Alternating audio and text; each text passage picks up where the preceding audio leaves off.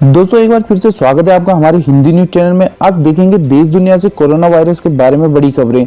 और दोस्तों यहाँ पे कोरोना वायरस को लेकर बहुत बड़ी खबर निकल के आ रही है, इसलिए आप वीडियो को पूरा ध्यान से देखें क्योंकि यहाँ पर बहुत बड़ी न्यूज निकल के आ रही है। तो चलिए शुरू करते हैं फटाफट से। अमेरिका में कोरोना से मचा हाहाकार, एक सप्ताह में 10,000 से अधिक लोगों की हुई मौत।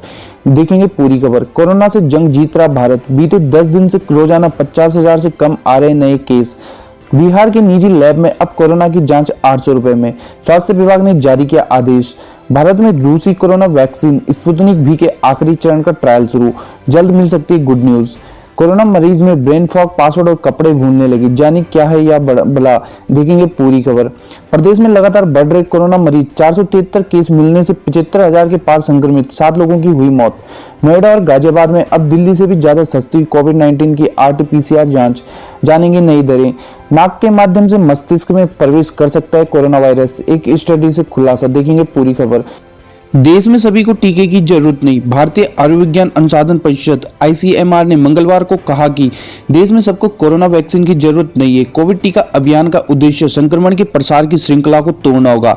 ICMR के महानिदेशक बलराम भार्गव ने प्रेक्षावार्ता में कहा, अगर हम आबादी के कुछ हिस्से का टीकाकरण करके और संक्रमण के प्रसार की श्रृंखला तोड़ने में सक्षम है तो देश की पूरी आबादी के टीकाकरण की जरूरत नहीं होगी।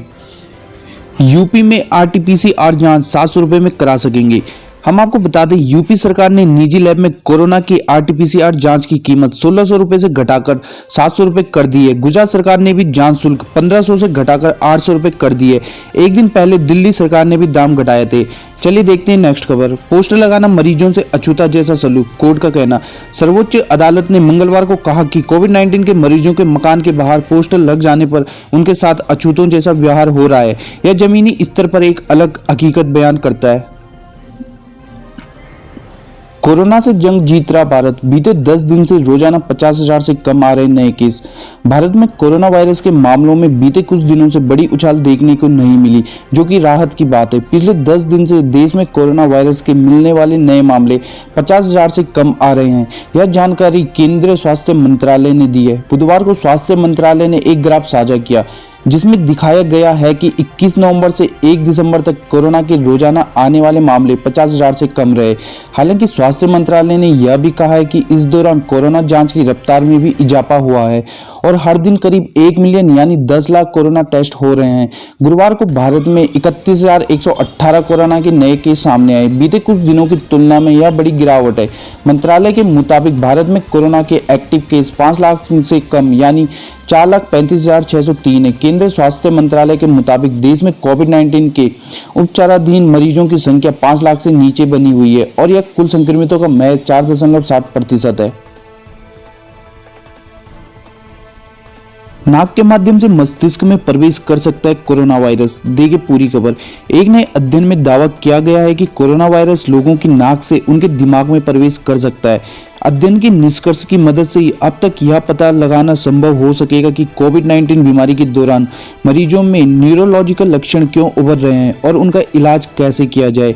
नेचर न्यूरोसाइंस पत्रिका में प्रकाशित अध्ययन के अनुसार SARS-CoV-2 न सिर्फ श्वसन तंत्र को प्रभावित करता है बल्कि केंद्रीय तंत्र का तंत्र भी प्रभाव कर डालता है, जिससे अलग अलग न्यूरोलॉजिकल लक्षण जैसे सूंघने, स्वाद पहचानने की शक्ति में कमी आना, सिर दर्द, थकान और चक्कर आदि दिखने लगते हैं। हालांकि ताजा अध्ययन में मस्तिष्क में वायरस, RNA और सेरेब्रोस्पाइनल फ्लूइड की मौजूदगी की बात की गई है, लेकिन यह स्पष्ट नहीं है कि वायरस कहां से प्रवेश करता है और कैसे फैलता है। जर्मनी के चार्टे विश्वविद्यालय के अनुसंधानकर्ताओं ने श्वसन नली का परीक्षण किया। अध्ययन में कोविड-19 से मरने वाले 33 मरीजों को शामिल किया गया। उनमें से 11 महिलाएं और 22 पुरुष थे। उन्होंने बताया कि मरने वालों की औसत आयु 31.6 साल थी। वहीं कोविड-19 के लक्षण दिखने से लेकर उनकी मृत्यु तक का औसत समय 31 दिन रहा। अनुसंधानकर्ताओं ने कहा कि उन्हें मस्तिष्क और श्वसन नली में SARS-CoV-2 RNA वायरस का जेनेटिक मटेरियल और प्रोटीन मिले हैं। कोविड-19 एस्ट्राजेनिका का कोरोना टीका पूरी तरह सुरक्षित, SII बताते हैं आपको पूरी खबर। पूर्ण स्थिति दुनिया की सबसे बड़ी टीका उत्पादक company serum institute of India SII ने दावा किया है कि एस्ट्राजेनिका और ऑक्सफोर्ड विश्वविद्यालय के संयुक्त प्रयास से विकसित कोरोना टीका सुरक्षित है। कंपनी ने इस टीके के परीक्षण के दौरान एक स्वयंसेवक पर गंभीर दुष्प्रभाव पड़ने के आरोपों को मंगलवार को खारिज कर दिया। एसआईआई ने इस टीके को पूरी तरह सुरक्षित और रोग विरोधक बताया। दुनिया की सबसे बड़ी टीका निर्माता कंपनी ने एक ब्लॉग में लिखा, हम हर समय किसी को इस बात का आश्वासन देना चाहते हैं कि टीके को तब तक आम लोगों के इस्तेमाल के लिए जारी नहीं किया जाएगा जब तक इसको रोग प्रतिरोधक क्षमता विकसित करने में कारगर नहीं पाया जाता। कंपनी ने कहा, चेन्नई में स्वयंसेवक के साथ हुई घटना काफी दुर्भाग्यपूर्ण है, लेकिन इसका टीके से लेना देना नहीं है। सीरम इंस्टीट्यूट ऑफ इंडिया ने कहा कि स्वयंसेवक की चिकित्सीय स्थिति को लेकर उसे हमदर्दी है। युवक ने मांगा 5 करोड़ का जुर्माना। पिछले हफ्ते चेन्नई में एक स्वयंसेवक ने टीके की परीक्षण खुराक लेने के बाद कई मानसिक और मनोवैज्ञानिक लक्षण उभरने का दावा किया था। व्यक्ति ने अपने एवं अन्य पर दावा ठोककर 5 करोड़ रुपए के मुआवजे की मांग की है। अफवाह के लिए कानूनी नोटिस भेजा। सीरम इंस्टीट्यूट देश में एस्ट्राजेनेका के टीके का परीक्षण कर रही है। यह कंपनी के टीका निर्माण समझौते का एक हिस्सा है। कंपनी ने कहा, टीकाकरण और रोग प्रतिरोधक क्षमता को लेकर मौजूदा अफवाहों और जटिलताओं को देखते हुए स्वयंसेवक को कानूनी नोटिस भेज दिया गया है। ऐसा कंपनी की प्रतिष्ठा की सुरक्षा को देखते हुए भी किया गया है। दुष्प्रभाव का टीका की टाइमलाइन पर असर नहीं पड़ेगा। केंद्रीय स्वास्थ्य सचिव राजेश भूषण ने मंगलवार को स्पष्ट किया कि दुष्परिणाम की घटना का कोरोना टीके की टाइमलाइन पर प्रभाव नहीं पड़ेगा।